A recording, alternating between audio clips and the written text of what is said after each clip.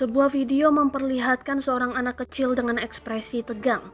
Tak disangka ternyata anak kecil tersebut tengah menahan rasa sakit karena lintah yang ada di dalam hidungnya. Detik-detik dikeluarkannya lintah dalam hidungnya pun viral di media sosial Instagram @kamerapengawas.id. Dalam video terlihat seorang anak laki-laki yang terduduk di sebuah kasur rumah sakit. Lalu, seorang pria datang dengan menggunakan alat seperti gunting panjang. Gunting tersebut dimasukkan dalam hidung si anak, hingga akhirnya seekor lintah berwarna hitam ditarik agar keluar dalam hidung si anak. Terdengar pula suara gelak tawa dari orang-orang sekitar. Pada keterangan unggahan dituliskan jika sang anak diduga sering main di sawah sehingga lintah masuk dalam hidungnya. Para warganet pun mengomentari video tersebut. Banyak yang kasihan melihat anak tersebut merasa kesakitan namun ditertawakan oleh orang-orang sekitarnya.